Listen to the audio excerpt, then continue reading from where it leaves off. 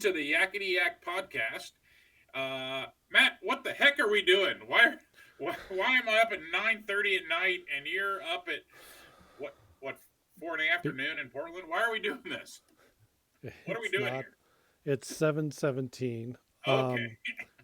It would help if my technical difficulties didn't always make a appearance in the in the stream.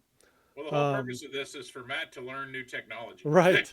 We just make a podcast to kind of work on that. No, what's the point of the Yac-ity podcast, Matt? The point of the podcast is to get together with former members of YAC and people involved with YAC, which stood for Youth After Christ. That was our youth group in the 90s and 2000s. And it's to bring people on and see where they're at and also reminisce and tell funny stories of things that happened way back when. And our guest tonight is Ray Zuercher. Ray worked for Youthfront, and many yackers spent a week or sometimes as a junior counselor, a junior staff, weeks and weeks at the camps up in Kansas City. So we have Ray Zuercher. So our always question to get started, Ray, is what year did you graduate from high school? So, Oh, so okay. it's like, Yeah. so they can do the math and they'll figure out how old you are. So You can do the math. Yeah. So I graduated, my wife and I both graduated the same year from Marin Academy, and that was 1980. Oh, so you, 1980.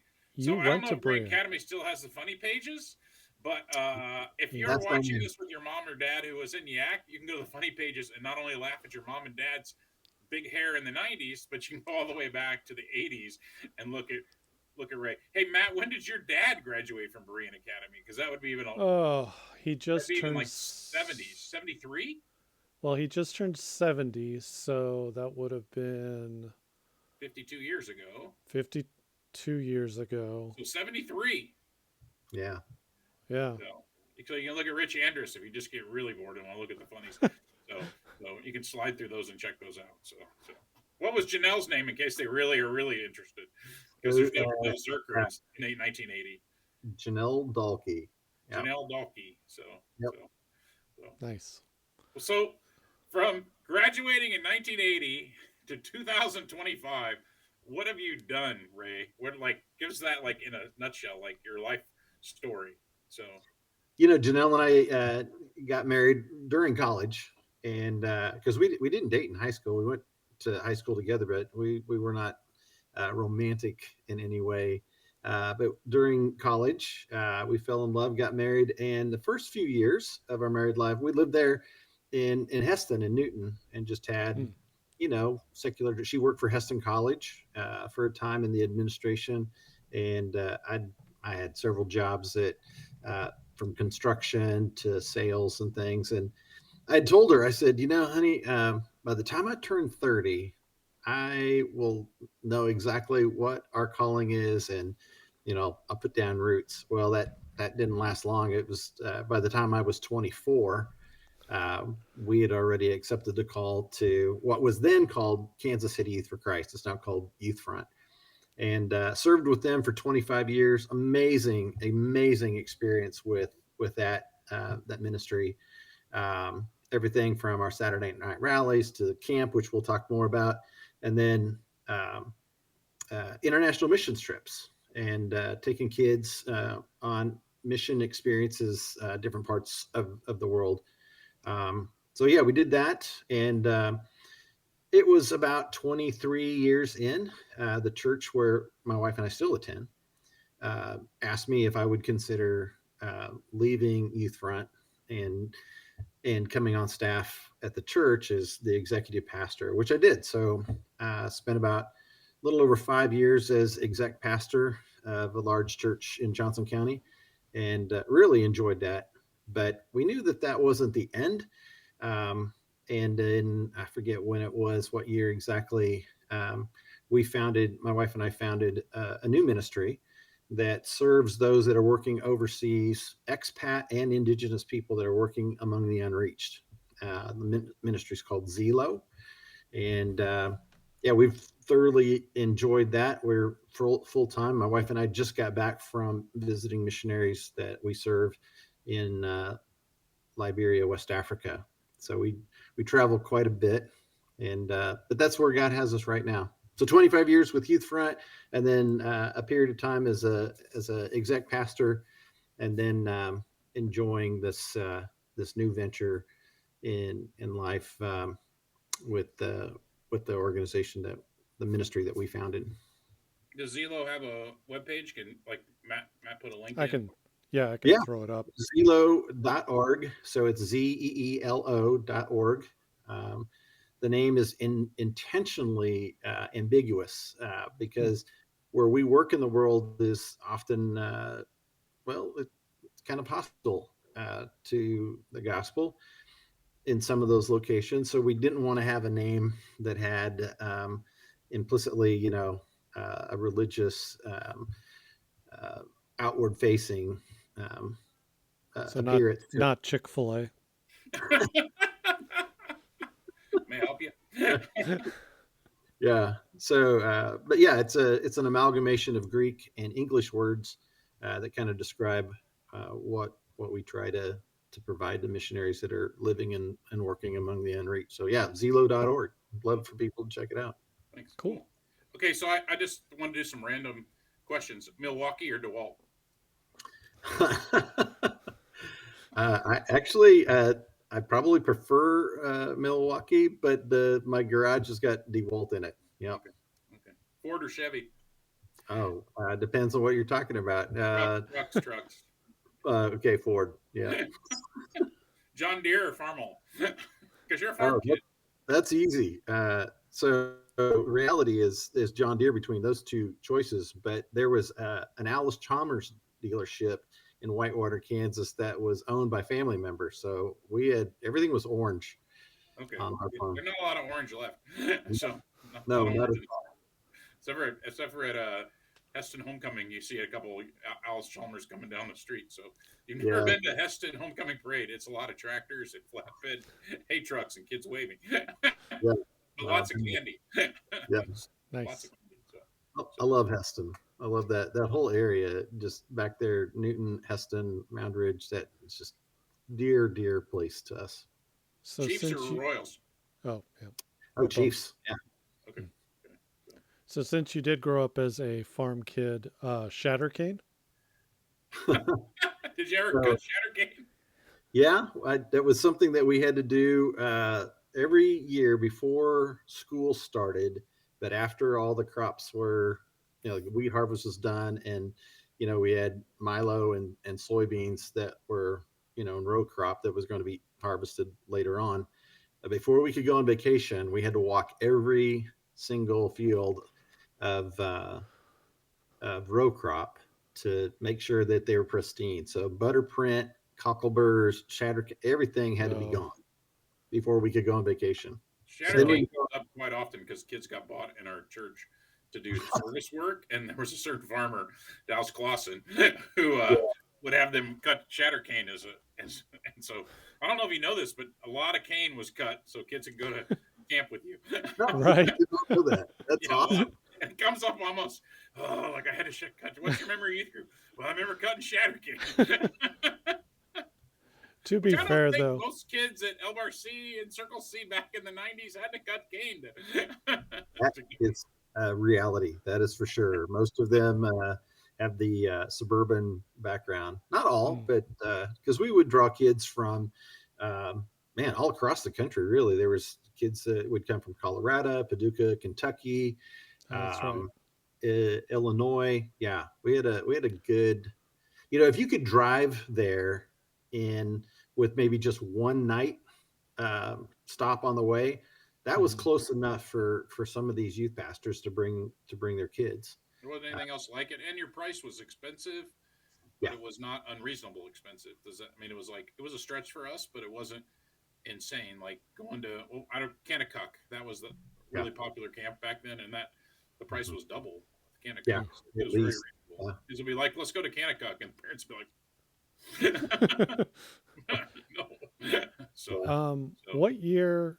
So Circle C was the first camp to be established, if I remember correctly, and then yeah. Elbar C. I'm using the old names. Back then, that's it was fine. ranch. I remember when it changed from ranch to no ranch, and then we Yeah. were teen staff was ranch hands, Right. but then we were teen staff, and then I even remember when I was on actual staff, we couldn't call the sponsors in the cabins counselors That's because right. of what the counselor name Sure. insinuated as That's far right. as the profession goes. So we switched to cabin leaders. So there was a bunch of vocabulary change over the years that I do remember. Yeah. Um, I Well, don't know the how. founder of Youth for Christ, that became YFC, that became Youthfront. So still same people, same ministry, just different name. The founder started that in 1943, and I don't know when it was, but it Hmm. wasn't too long after. He started taking busloads of kids in the summertime to John Brown University. Oh, They'd okay. rent out the campus and they would do camp down Hmm. there. And back in those days, we'll say the mid 50s, early 60s, whatever, something like that. um, Buses were not, they they weren't comfortable, and they weren't really dependable on long drives. And so Dr. Al, remember, he told me that, man, these buses were breaking down. We'd had kids on the side of the road. I just came to a point where I knew I had to have my own property. Hmm. And so they bought Metzger, property. right? Al Metzger, yeah. Oh, He'll come back. yeah. Uh, wonder if he knows he's off. Yep. Up there he is. There he is. Hey, welcome Yeah. back. I don't know what happened. Y'all, That's okay. Capture practice. That's what we call it. Yeah. whole screen. We're like, oh no, Kevin and I are left. Matt starts praying, getting his guns. It's crazy every time. We didn't make the cut. So yeah, they bought the property in 1969 and had their first summer with campers in 1970, and the camp wasn't finished yet at that time, and it took years before they actually did get it finished. Because here's the thing: you talk about the rapture. Dr. Al believed that the end of the world was imminent, and so why waste time finishing out, projects like that? We had to get people, to the gospel, and Well, and that's why and he had that 1 year Bible training, because he thought, you can't spend 4 years in college and 3 years in seminary, because yeah, the rapture's gonna. I remember I have friends that did QB. You did QB, and yeah, one of the kids from the youth group did QB, and then one of my friends that I worked with at Heston College actually did QB, and it was that imminent that, return of Jesus that so. It was, that I mean, was that was really good education for a year, by the way. But it was excellent. Eldale Protratz was the prof, the main. There were other teachers as well, but Eldale Protratz was just a tremendous theologian and teacher. So it made that school great. But yeah, then they filled it up summer after summer. Just so many kids high school kids coming to pack it out. Dr. L said, we're going to buy more property, build another camp. So they built, I think it was 1982, they opened El Barcy. So that the whole ranch shtick was kind of cool at that time. Have horses and a Western theme, and so the logos were these branding irons, but they had meaning. Like Right. Circle C meant Christ, the center of your life, and El Barcy Right. was life with Christ, and Right. so it was cool. While it was cool, eventually the whole ranch kind of cowboy Western thing kind of fell out of favor, and so they began to market it differently, change names and stuff. you guys used to draw a lot of kids from Concordia too. I remember that too. There'd always be a Yeah. lot of Concordia kids. There was a really active Teens for Christ up there for a long time. For a So, long time. North Central Kansas Teens for Christ, Ken Otot led that for many years. Yeah. so I was trying to remember, were the ATVs 4-wheelers or were they 3-wheelers? Okay, so it started out. Dr. Al was a big fan of these little. They're kind of cool now. They're kind of coming back in style. They're these retro looking Honda Trail 70s. So a little Oh two yeah. I wheeler. just got rid of my Trail Yeah. 90. I just Yeah. traded my Trail 90 for some wood. It was. So, We had a couple of Trail 90s for like the adult leaders, but yeah, all the kids were on these little 70s. But it was fraught with problems, lots of different problems on those things. And so eventually we switched to the BW80, as Yamaha BW80, stood for big wheel. They were like a like an ATV size tire, but they were just two wheelers. Yeah. Um, Oh yeah, I remember that. and we did those for years. Well, then kids kept falling over, wrecking them. So went to four wheelers, and I am drawing a blank now on the model number of those, but we had, I think they're mostly, I don't remember anymore. I think they were Yamahas for a while and then Hondas for a while. Honestly, I've Mm. forgotten. Matt, were you a big four wheeler guy? I don't remember. Well, I remember one time when we were at LBRC, because that's where I went to actual camp when I We always started picked on. LRC because it was air conditioned because we had kids with asthma. Oh So yeah, it wasn't. yeah, I don't want people thinking yak kids are soft. so so, but it really did make like half a dozen kids able to go to camp, and then some of their friends were able to go to camp. So that mm. was a really actually pretty big deal for our Yeah. kids. Like there were kids like I The don't think I'll ever AC go to was camp, and you're like, great. this is air conditioned. Mm. So Yeah, and it was like a big. It was like one of those big units, and it was like up. So if I remember correctly, the cabins at LBRC were built into the hill. yep. So you would enter into the front, but then the back of it, the back wall was, if you would have dug through there, you would have been hitting dirt. Right. So there was maybe a window or something up above with the AC unit, That's right. and I don't know if any of those ever fell down, but I think there was a couch like right below it. Um, No, but they never, anyways, never fell down. If they would have fallen, they would have fallen outside oh onto the yeah, I guess ground. that's Yeah, true. they were. That part that was one of the things at camp that was safe. Yeah, one of the many. Um, So so were you a was big ATV guy, Matt? I was just like, go when I ahead, was let at me question. sorry.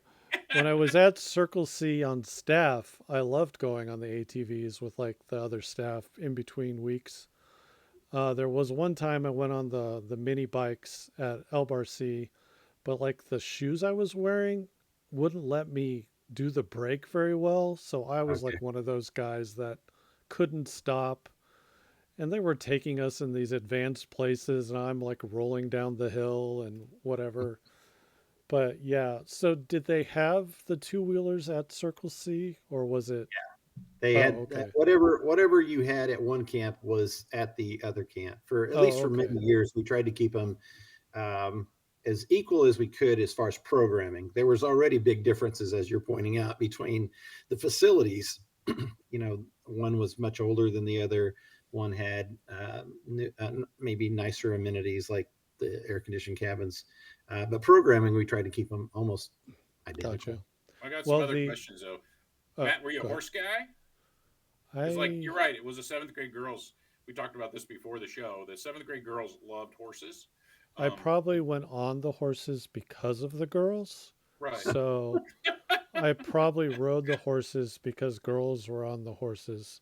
At least I know when we were like teen staff, each night we would have a different thing we did, and one of the Right. nights was horses. So of course I would go on the horses for that. I just want to also Um, point out that Ray has data that says seventh grade girls love horses, so we're not just stereotyping kids. He has hard data that was like the big we actually demographic. did one of our teen staff pictures on the horses. Was Yep. that when you were still the director of teen I staff? think everybody that led that particular part of the ministry did a photo with the horses at least one week. Yeah. Okay. So yeah, I'll Okay, have to. blob, Matt. Did you get blobbed a lot? Did I ever send I you in orbit? Yeah, I don't think you. I don't remember you ever sending me an orbit. I do remember being there this one week, and I don't remember the kid's name, but he was a big kid. He was like, and it was during one of those competitions for like the team thing. Well, like there was, and I may be embellishing the story a little bit, but I think there was a couple kids on the blob, and the last person to go off knocked all but one little girl off. And Hmm. this huge guy was climbing. I mean, he was big enough to where I think the dock shook as he climbed the ladder. And This they're is Ray's like, nightmare. no, Right. don't. And he jumps off and just launched her into orbit. It was very high in the sky. I I I mean did I don't I'm not trying to eventually. exaggerate, but I mean sometimes those imbalances would send kids 30 feet in the air, which is a It, metric. it I is. It Olympic was. dive. So Mhm. I do remember the promo video that you guys had like the year before. You're like, we're having this next year, the Blob. All the promo videos showed somebody getting on the end and launching out into the lake. And what happened was it was a contest of who could stay on. Yeah. So you would be on the end and somebody would jump and you would go up in the air, but then you would try to come down and land, and you could have up to two people on when somebody jumps. But then when there's three people on, you had to wrestle or whatever and get the It other was. It person was called a off. blob off. Yes. Yeah, those three would then have to scramble and try to toss somebody off. And that Yeah. was it. If you stayed on, you're kind of kicking the hill kind of thing. Yeah. And I think there was a time, and I think it was, I don't remember. But, anyways, I was like in the front and somebody was behind me and somebody jumped, and it was the three of us. And the person in the back just came and wrapped himself around me and fell off and kind of kamikaze me off the. okay, Ray, whose idea was Mission Impossible? So, yeah, a guy that was new on our staff. Well, first of all, it wasn't called Mission Impossible. Original, yes, it was Mission Impossible, and that was original. And then it became Night Strike because of Oh, we call it copyright law. We were afraid that we were going to get in trouble calling mm. it Mission Impossible when that's kind of already a, um, Tom Well, Cruise movie. you would play that scene in the Mission Impossible movie in the tunnel with the helicopter as kind of the intro into the Mission Impossible rally where we were getting ready to go out there too. I do remember that. well, there was a guy. His name was Curtis Frisk, and he was hired on our staff in 1988, I believe. And the game was, well, they set up the tower the very first year at Circle C anyway, because that's where I was. I was working on staff at Circle C in 1988, and they set up the tower in the most in uh, incredibly, I wouldn't say dangerous, just not a comfortable place to put it. A lot of hedge trees, a lot of thorns, a lot of um, those thistles and things like that. And I said, man, this is not a good idea. You're gonna have kids cut up and scratched up because they're trying to do this game, run and do this game in the dark with all this, you know, um, trees and stuff in the way. So it didn't sway anybody. They went ahead and put it there.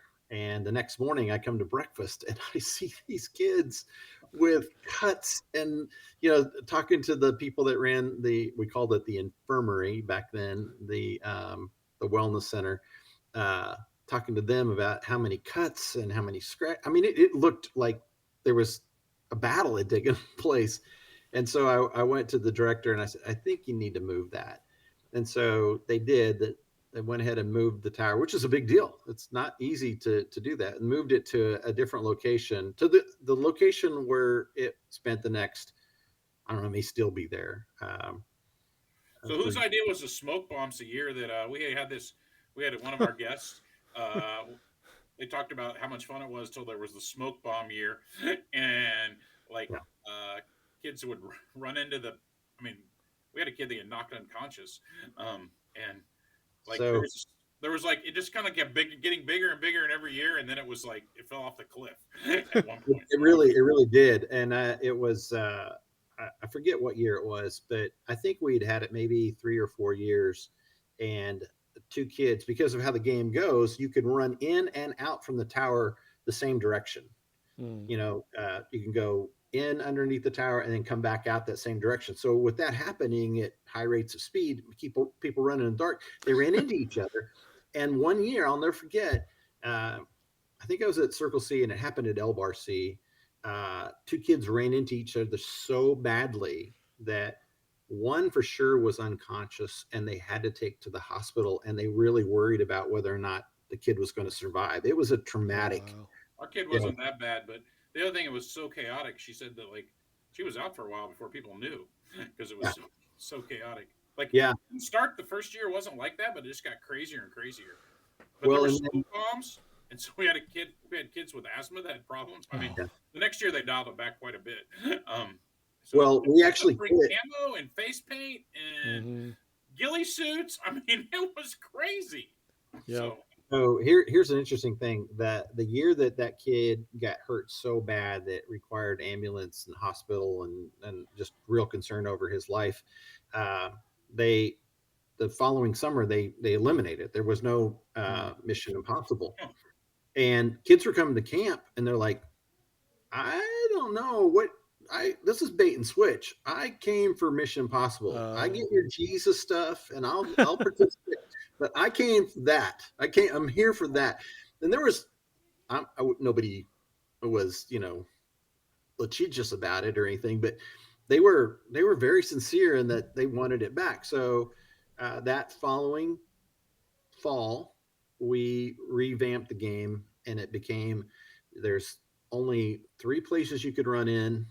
You cannot run out. There's only one exit. Right. There were tarps. We slowed the game down at the same time, actually made it more fun because we had these characters like the sniper Oh, and right. I remember that. the Forgot about that. MPs and the commandos, and everybody had a role that they played, and they had only so much authority. Like an MP could do something to you, but well, I think the MPs just kind of watched over the what we call the POW camp, where if you got caught, you got stuck in there, and people had to buy you out with tickets. But we slowed the game down, and it actually made it better, made it more fun. Well, yeah, at Well, one point it's just run as fast as you could and try to get into the tower. in the dark, yeah, it was And just then, yeah. And then Well, there was there was I remember the crazy year. Like yeah. we had a kid that got hurt, and like like we added some smoke bombs that year or something. So so Yeah, was it we're gonna oh say, Matt. I was gonna say, was it always someone up on the tower with the yes, microphone saying, always.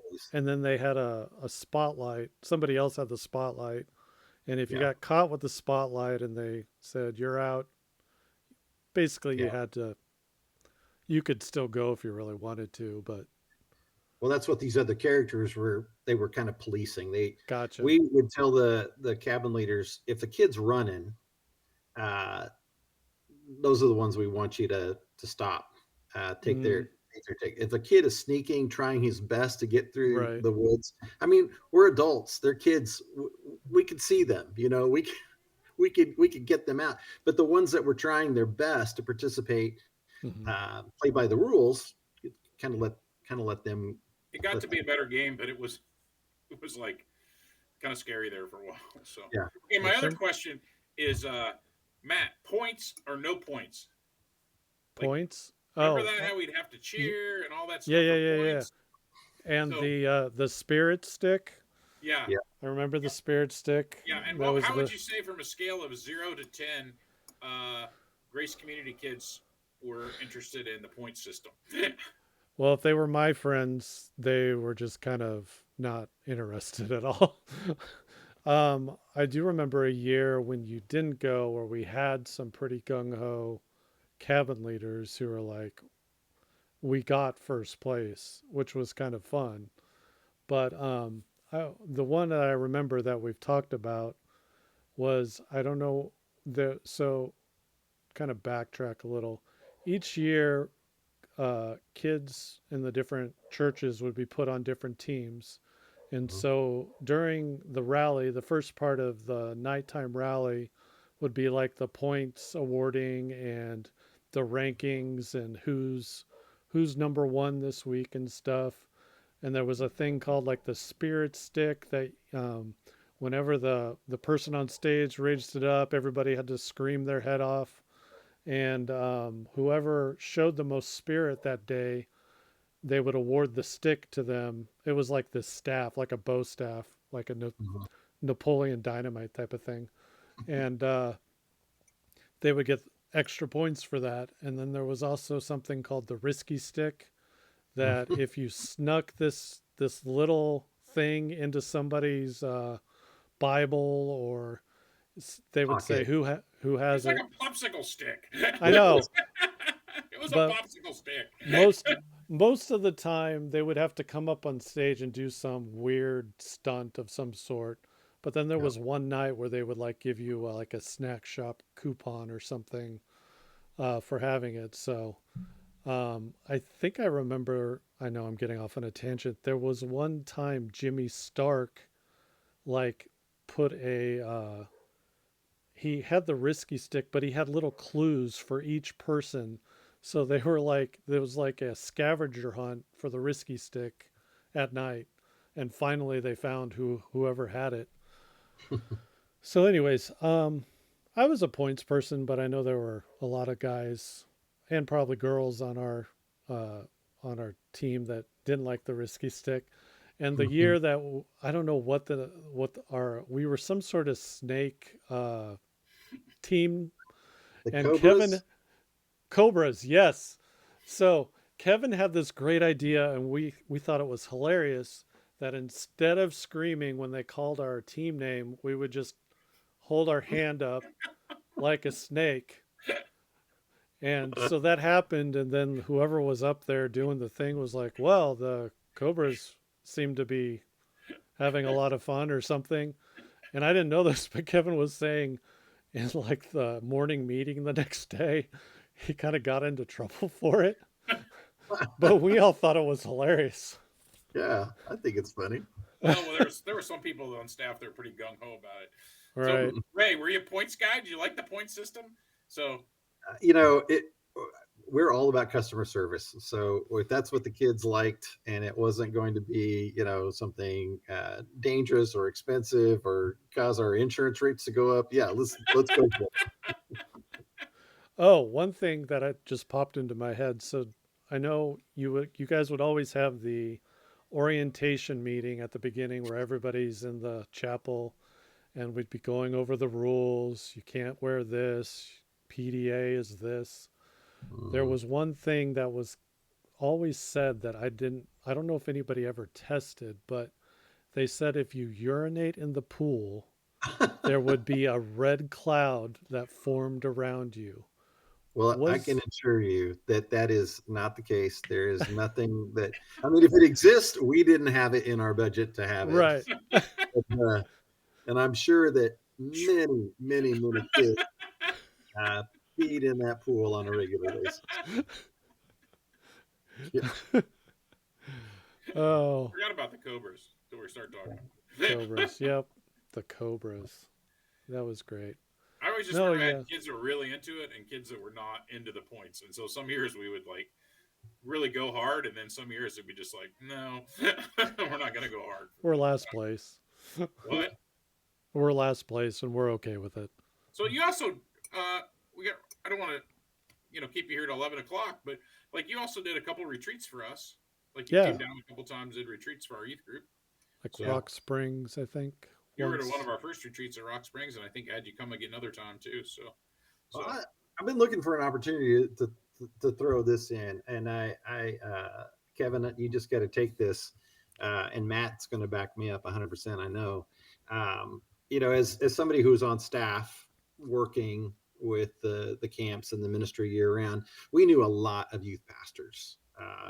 And there was a time when I knew every single youth pastor in in um, in Olathe, and even some in Overland Park and Shawnee and Miriam, other places. A lot of youth pastors. And we knew youth pastors, like I said, that came from a distance, from Paducah, Kentucky, Mm-hmm. from Colorado, from Washington. There's even a guy that brought kids from Washington. Wow. Um, I'll remember the day that I first saw Kevin Wilder come onto our property with, it seemed like 100 kids. I don't think there were, but they were just a bunch of really cool, energetic kids. And they adored him, and he really cared for them. And I began to really watch Kevin Wilder. Who is this guy? What's he about? Where's he from? How does he have this kind of um, charisma? How does he have this kind of draw, this relationship with these students? Because it was unique. I mean, there's a lot of great youth pastors out there, but for years, and I still like to say it, the best youth pastor that I have ever known in my now 38 years of ministry is Kevin Wilder. oh, thank you. Wow, thank you. Just Agreed. what he was able to do with kids and love them and care for them and have fun with them. and disciple them was unparalleled. And I know a lot of youth pastors, like I said, and there are many that are good. Um, but Kevin, I, and so you guys did this thing. I think at every retreat that you would do, you didn't. I don't think you did them at camp, but somehow I was involved in them. You would make a movie, and I remember Yes. one year they were always a spin off of something that was currently in the theaters or recent, at least kids knew about. And there was one time the movie was called, and some of your podcast listeners are going to go, "Yeah, I was part of that." The movie was Robin Hood, Prince Prince of of Thieves, Ch- and you Chiefs. changed it Cheese. to be Robin Hood, Prince of Cheese. Yes. And I remember everybody got swords or bows and arrows with the little suction cups. Everybody got them. And you have these epic battles where everybody's getting killed, and then you'd say cut, and then everybody get up and you'd regroup and everybody's back alive again, and you have these battle scenes. It was like, I would say 90% battle scenes, and then there was two or three people that could act and had lines, and they'd kind of fill in the rest of the story. I just thought that was genius to do that. What kid does not want to be in a movie? We I can't mean, find those, but they were awesome. I wish we had them.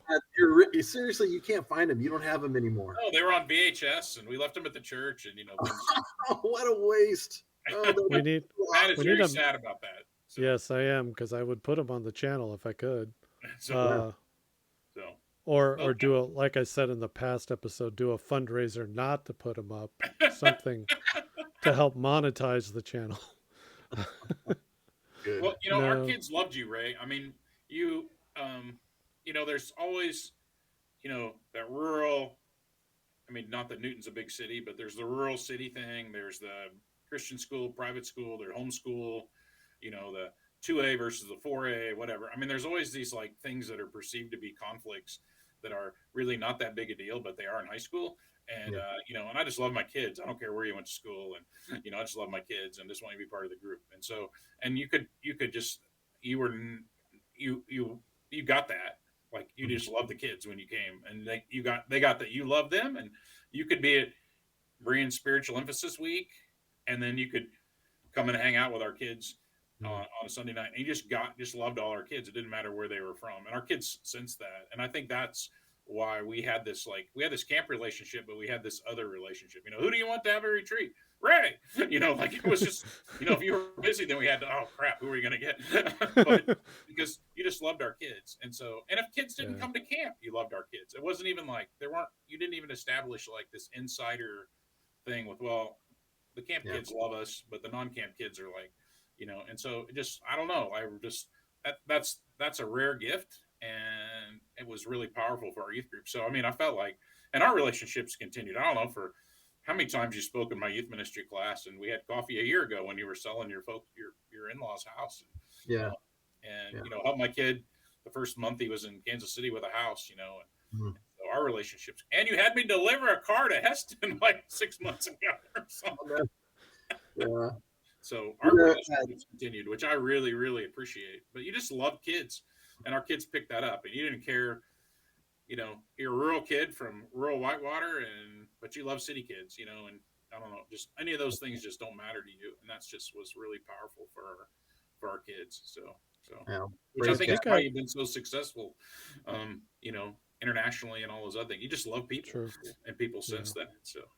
Yeah. I think I even remember the first conversation I had with you on the telephone, because I had filled out at that time it was ranch hand application, which was the teens.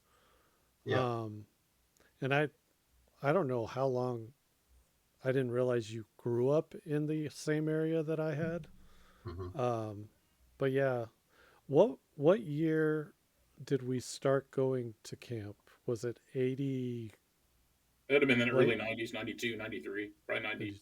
92 or 3. So, and sometimes the Okay, junior high would go the same week as the high school, and I could only be with one group. right. So, in some years we did the camp where they had the, oh, that's the year that was my last year. They got rid of the camp that was both high school and junior high. Oh, the combined. And so we would often do that because your eighth and ninth Right. graders wanted to be together. Well, I So think there was one year the senior high went to Circle C. That may have been the first year mhm. because I think I remember there being a We locked picture. into LRC pretty quick as being the place we wanted to go. So Yeah, it was a pretty good place. yeah, and the air Um, conditioning helped a lot of our kids. But so yeah, so when I actually got on staff, I probably wanted to work at LRC because that's the only place I had known. I hadn't really been to Circle C. But Mhm, then I got on as the night watchman for Circle mhm, C. mhm. Would have been summer of 97, 98. No, summer of 97 and 98, actually, because you had me back. But I do remember that at Circle C, that was my first year on staff was the last year they had the cabins without the air conditioning before they demolished them all and rebuilt them. And So I know exactly when that was, Matt. 90. Oh, I thought I knew exactly. I think it was 96 was the last year that they had the old cabins, and as soon as camp was over, they demolished them. And 97 was the first year with the new cabins.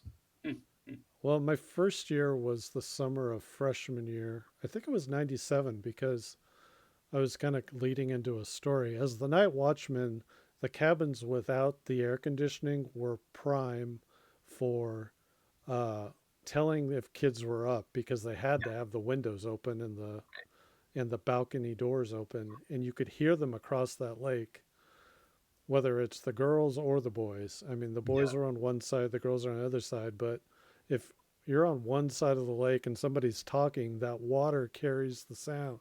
it does. Well, anyways, I love the old cabins because there was this time I would mess with the boys because I could go into their cabins. I couldn't go into the girls' cabins, so I would just knock on the outside wall and tell them to go to sleep. Well, there's this one particular night that I found out these boys were staying up, and I guess they were telling scary stories or something. Well, what I would do is I would sneak in, and there'd be like a foyer area, and then there's the cabin leader is directly in front of you, and then there was two uh, rooms on the side, and then there was a spiral staircase that went down to the basement, and there was like a foyer type area down there and another room. I was able to sneak all over that thing. I would sneak down. I actually caught somebody smoking. Like I snuck down the spiral staircase and I saw this little dot, and I'm like, somebody's seriously smoking. So I did that. But to get back, the one they were telling ghost stories, I had snuck in because I could open the door and close it because they were the swinging doors. They didn't latch or anything really. Mhm. So I got in there and I stepped on a squeaky board, and I'm like, man, now they know I'm in here and I can't scare them. And all of a sudden I heard, what was that? Did you guys hear that? What was that? So then I'm like, oh, okay, I got him. So I started uh, shifting my weight back and forth on the board so it would squeak some more, and they'd start freaking out some more. And they had their door shut, so I went up to the door and I started scratching on the door.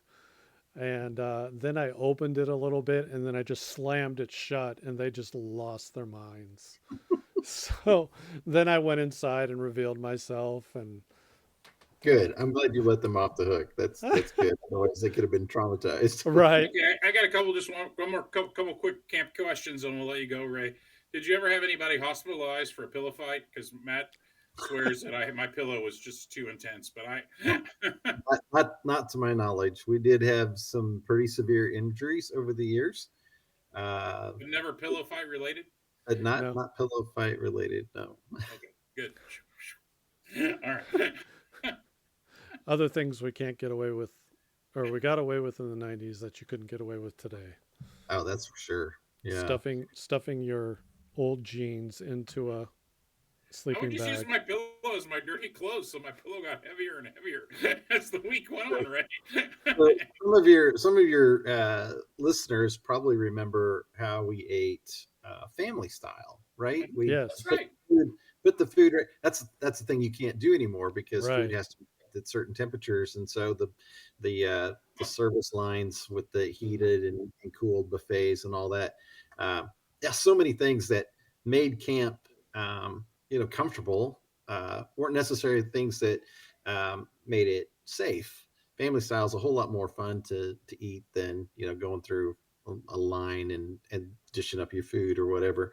You're also modeling something where like the kids would sit and have dinner together, and Yeah, like that was cool. I mean, I understand the safety. I mean, it's good to switch, but it was kind of cool also just to kind of for some of my kids didn't really have family dinners, and so Mm, that was a cool thing to yeah. have for a week is like multiple family dinners together. So kids really like that. So, so many things changed over time, and a lot of them were safety related or state regulation related or insurance, liability reasons. But yeah, the message was always the same, though. We wanted to connect kids with Jesus. Right. And some of our speakers and staff were really, really good at that. Others maybe not uh, as as good at it, but that was always the goal, was to connect kids to Christ. Yeah. well, it was a home run for our kids. Our kids, Yeah. I mean, That was, you looked forward to that, and yep. in the summer was going to camp. Well, and I met And kids where then, they were. If a kid just wanted to hang out in the snack shop and play cards, camp was cool for them. And if a kid wanted all those activities, it was cool for them. And there was Bible quizzing for kids that wanted right. that. And, and the speakers were relevant to youth. I mean, it was just really, and it was wonderful as a youth pastor because you could just almost be a kid, like, you could play Mission Impossible and we had near the end, they had those campfire nights, to go out to campfires. That Uh-huh. was cool. I mean, so something real There's, simple like that, but for a yeah. lot of kids, they never get to do those kind of things. So it was really cool. So Yeah. Yeah. I remember as a teen staffer, that was a great night too. Was at the end of the week, you would take us out, or you or Greg Kiefer also would take us out to like a fire, and we would Uh-huh. just sing songs and talk about memories of the week and Uh-huh. just be family. And it was really fun. And that, because I went to college up there, I was able to work with you with student life as well, which was also fun for me and some of the other people up in America. Yeah. Um, is Roy Ballou still alive? Or is he passed? Yes. No, he's still alive. nice. I think this year I think he'll be 81 this year. Wow. Last year, he it's funny. Roy is such a unique guy. You go to a funeral with Roy, and he hear all these wonderful things said about people, and he goes, "This is a shame that they weren't here to hear this. Uh, We're going to do this different." And he did. Last year for his 80th birthday, they had kind of an opportunity for people to share that stuff while he's still alive. He could hear it. that's And awesome. yeah, he just, I wanted to be there, but with my role with Zelo, I was traveling someplace in the world. So I think it was the next week. My wife and I, Janelle and I, were at the Overland Park Farmers Market, and we have this little joke every time we go. We're just like, okay, who are we going to see first? Will it be Youthfront? Will it be our church, or will it be somebody else that we know that's not related to those two things? And so we always pick. And that particular week, I said it'll be Youthfront. It'll be somebody from Youthfront. And not 2 minutes later, there's Roy Ballou. And I said, "Roy, I'm so sorry to miss your birthday." And he knew why I'd told him that in the RSVP. I said, "How was it?" And he just goes off and talks about all this wonderful experience that, it really is a good idea. It's like, instead of Yeah. all those nice things being said, 3 or 4 days after you're dead, he had that wonderful opportunity. And there was a lot of people that wanted to be there, like me, that couldn't because of just the day that it was on and other previous commitments. But yeah, he's doing good. I think he's finally now retired at 80. I 80. think he's officially retired, and he You posted don't on remember Facebook. Matt? He was the guy that did Bible quizzing usually. No, I That was remember. I remember. I think I can picture him in my head, but I remember Roy. Yeah, The he other was like two that I one of the older guys there. I mean, like there weren't. I mean, right. you really think about it, it was run by a bunch of 25-year-olds and 30-year-olds, and Roy was like Yeah, 45, and like you're like he was the adult among all the kids, but he was a big kid, but he was yeah. also. I he's just amazing. The other Roy Ballou is two amazing. that I got a kick out was Frank and Penny Horseman. They were Mhm. awesome. They were like the caretakers of LBRC. Mhm. Um, but yeah, So for like always picking up change. It's throwing quarters on the stage. We try Yeah, to do announcements and picking up all the change. I remember that. That shtick yeah, lasted every year I was at camp. I mean, I don't like Yeah, that guy made bank. You think about 10 weeks of camp and all that change. yeah. There's Topher. I remember Jamie Roach. they're both Um, still on staff with Youthfront. They oh both are. wow, In fact, I had coffee with Topher not that long ago. That's nice. amazing. Trying to think who else. The McHenrys. They were the teen staff people when I was on staff. Yeah. Um, Was it yeah, Brian and Lori? Was that right? Am I remembering that right? Brian and Lori McBride, Brian McBride. McHenry. Oh no, yeah, Brian and Lori. Yeah, Yeah. I believe it was them. And then Brian McBride. Yeah. Yep, He and his wife are remember still here him. in the Well, area. Ray, we need to wind down, but do you have like a one more memory you want to share? Camp, Oh, talking to our kids. uh, I there's so many stories that I could tell. I mean, crazy. I think I'll end on this, and that is I just want to give praise to God for His faithfulness. I was at the camp for many years, and they asked me about the time you guys quit coming. They asked me if I would start working less with the camps and more with the international uh, efforts that we were doing uh, around the country and globally. And so I did, and that went for several years. And they asked me to come back and direct again, and I said, "No, I'm not coming back." And they're like, "Why? Why would you? You love this?" And I said, "I said, there's two things. One is nobody died on my watch. The camp, and that's all God. That's nothing to do with me. Um, but God protected it, and I just didn't want to, I guess, expose myself to that risk again. Hmm. It was like, what if somebody were to get hurt or die at camp? I just didn't want that. And they said, Ray, you need to pray about it. We want you to come back. We want you to direct just one more year, which ended up turning into three more 3 more years. And they were wonderful years. And here's why. It's not because nobody died on my watch, but rather God did a work in my life to humble me, to trust Him. Hmm. Those first years, like when you guys were there, I ran camp like a sheriff because I was afraid. I I don't want was anybody to get hurt. I was scared of you at times too. Well, and it was fear. It was fear. It wasn't lack of love for the campers. It was a fear that something bad might happen. So I had to It's run a away. heavy responsibility. 300 kids a week, though. It's a Yeah, heavy. you, It's you heavy. get 250 campers. You get 50 or 35, I guess, teen staff. You've got 15 or so volunteer cabin leaders coming in. You've got 30 cabin leaders. You got another 30 or 25 staff running all the different yeah, it was a heavy It's heavy. thing. It's And heavy. when they asked me to come back, I said, okay, I'll pray about it. And the Lord laid on my heart, Ray, don't run this like a sheriff again. Run this like a shepherd. You Hmm. know, Hmm. That's a hold good hold, word. hold your hand open and trust me.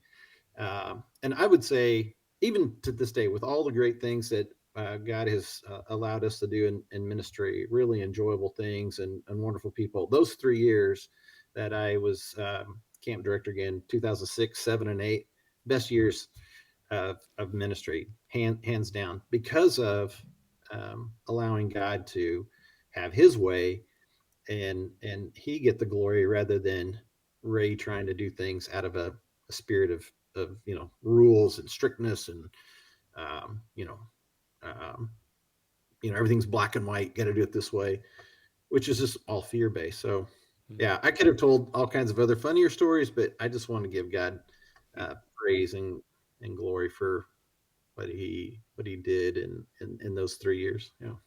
Cool. Cool. Well, it was tremendously impactful to the Yackers, and so and the retreats you came and did that, and just I don't know, there were just so many touch points in Harvey County and Butler County uh, with us that were just really made camp even richer because they'd walk in and they'd know Ray, like they just our kids just felt very at home. So yeah, so Thank you. yeah, it was wonderful. So thank you for that. So Well, this has been fun, Matt. I'm glad that you're doing this podcast, and I will continue to be a frequent viewer, listener. Yeah. Appreciate it. I feel And like don't I forget could. to subscribe. And don't forget, if you get biffed, wear biff wear. So Right. We need a coming launch soon, pad now. our own biff coin. Yeah, Bitcoin. It was great. Yeah. I All feel right, like we thanks, could. Ray. He Yeah. always lets you have a final look at the draft before he posts it Oh online. yeah. Oh, okay. So Yeah. I So don't think you said anything embarrassing, but Hope not. but if you wake up in the middle of the night, know that you or can edit liable. that. Why did I say that? Why No, did I say- feel like we could talk like an hour more if we wanted to. So maybe we should have you back sometime in the future. Well, whatever. Let's see how this one goes. All right. Thanks, Yeah. everybody. Have a good night. Thank Thanks. you. Bye bye. Tell Janelle I said hi. I'll do it. So thanks.